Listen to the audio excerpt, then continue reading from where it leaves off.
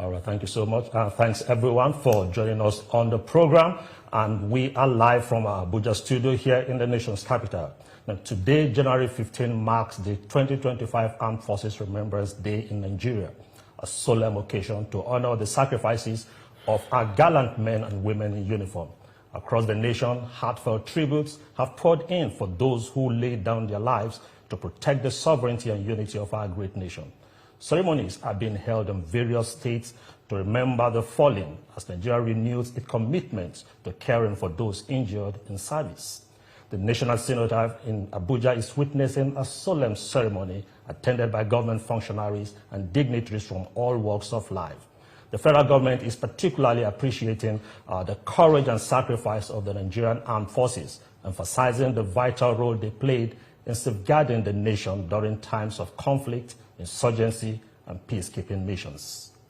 While honoring the fallen, today also highlights the importance of caring for those who sustained injuries while defending Nigeria. It is a day of mixed emotions of pride for the bravery of our armed forces and of reflection on the sacrifices made to ensure peace and unity. As the nation continues to face security challenges, the courage and resilience of our military remains crucial to Nigeria's progress.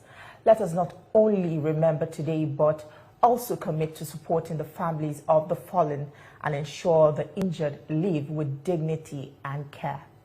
From all of us in TVC Communications, we want to say a big thank you to our armed forces for protecting and securing our country, and for those that have paid the ultimate price, we say may their souls continue to rest in peace.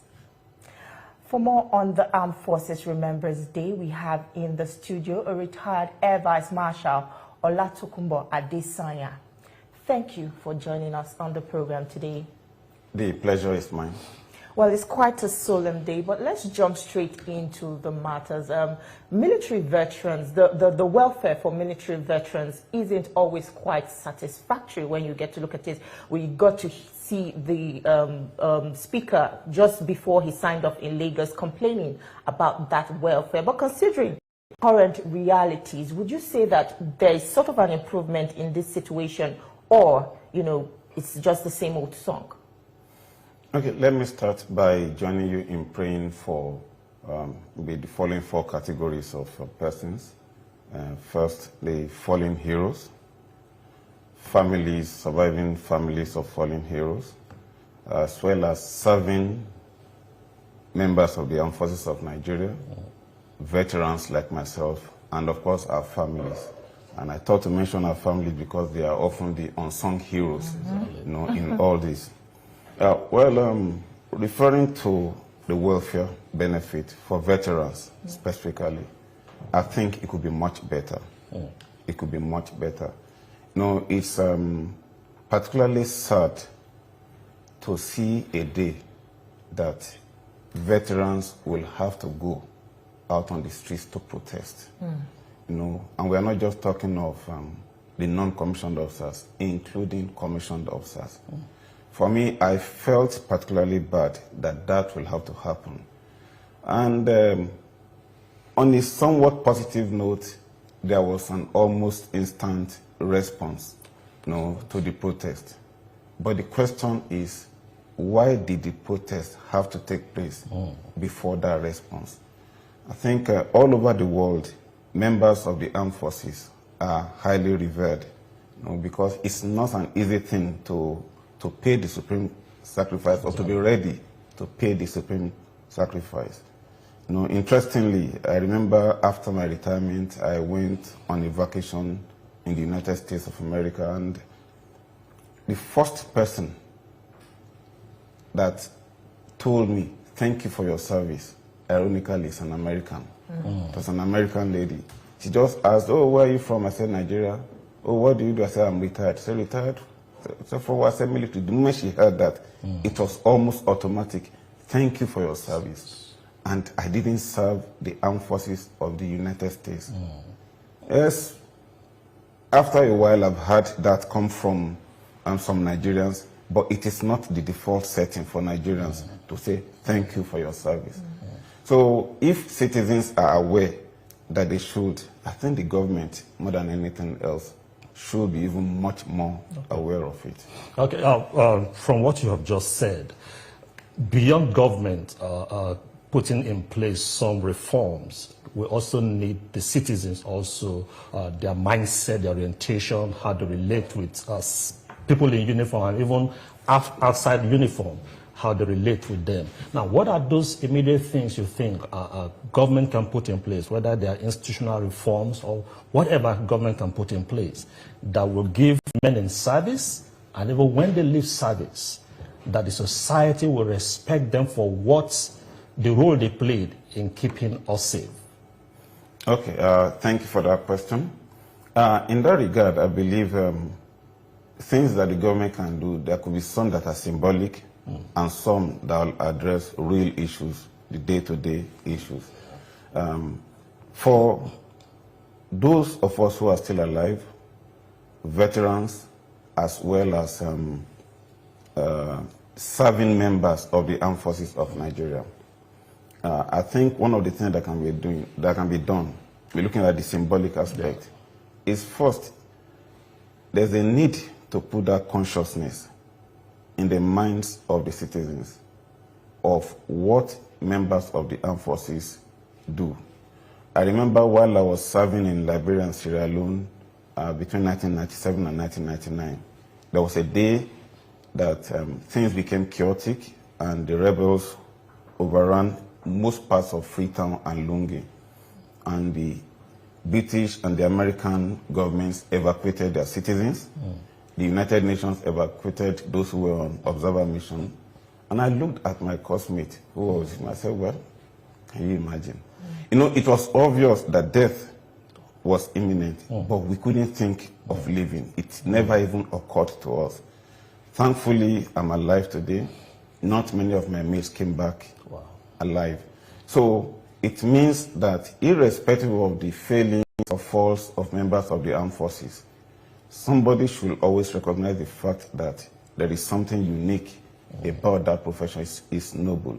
So I will expect on the symbolic part, for example, that a museum could be established, a military museum in the heart of Abuja, where, for example, you will have pictures, you'll have names where not possible to have pictures, of all those who have fallen in the course of various operations. You know, I've seen something like that overseas before. You know, you'll have documentaries at various sections. There will be, you know, things to depict what happened, how this person, you know, lost his or her life, and what impact that has had for Nigeria. So, as a grandson, as a son, somebody can take me there and say, this is your dad. So, when you see that, then you know that, oh, then I can always give my life for this nation, knowing that this nation will appreciate. And of course, this will also be a way of generating income, because it will be a form of an attraction, and I will expect that income from such a museum could be used to further the interest, the welfare of veterans and their families. Now, beyond that, there's something that I think we can legislate, and that's talking about preferences to be given to military men.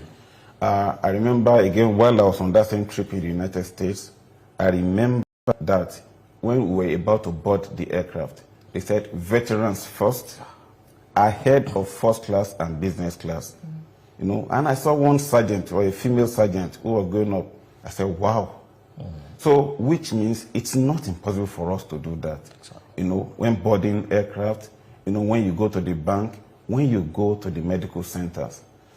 For most veterans, especially those that have been in retirement for years, the main challenge health-wise will be things like mental health, hypertension, diabetes. So I will expect, for example, that in medical centers, there could be dedicated spaces for veterans so that they get easy attention, quick attention, drugs, and the rest. Accommodation, well, some efforts have been made in the area of accommodation, but more could be done. It's important that when somebody is retired, he's able to have roof over his head. It's important that he's able to take care of his medicals. it's also important that where he still has going children, that they be provided for. Beyond all this, I should also look at serving members of the armed forces. While serving, efforts should also be made to ensure that welfare is given priority. Shortly before I left service, we had got to a situation where, for example, the amount that is given to us, say, for, duty top allowance, was not enough. Even for a 2-star general, the amount was not enough to stay in a 3-star hotel. The amount that was provided for you to fly was such, that's to go on an official duty, was such that it was not enough to buy a flight ticket. But this is what the book says, so nobody's going to. So nobody wants to go on an official trip outside the base because you will have to add your own funds to be able to buy the ticket. So, and it is based on budgetary provision. I think some of these things could be looked at. Going back to veterans also, you know, and particularly fallen heroes. I know of a lady married to a young officer, and the officer in question lost his life, I think, at the Atlas Cove jetty. So, and many times I've spoken with her, and she's always been a bit bitter because she's felt no form of recognition for the loss of her husband. You know, I will imagine a situation if, for example, she's able to go to a place, take her children, and say, this is your dad. This is what happened. And because of this, this is what Nigeria has become. So your dad was a hero, and the nation recognizes that.